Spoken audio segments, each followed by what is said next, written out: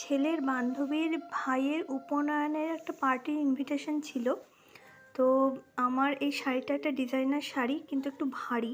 সে শীতকাল এখনও পুরোপুরি যায়নি, একটু হালকা হালকা শীত আছে, তাই আমি এই শাড়িটাই চুজ করেছিলাম। এই হচ্ছে আমার লুক।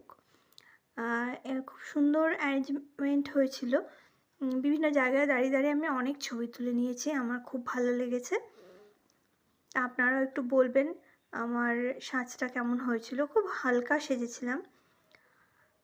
এই যে আমার ছেলের বান্ধবী, ওর সাথে আমরা বিভিন্ন জায়গায় ছবি তুলেছি, কিন্তু যার উপনয়ন তাকে আমরা পাইনি।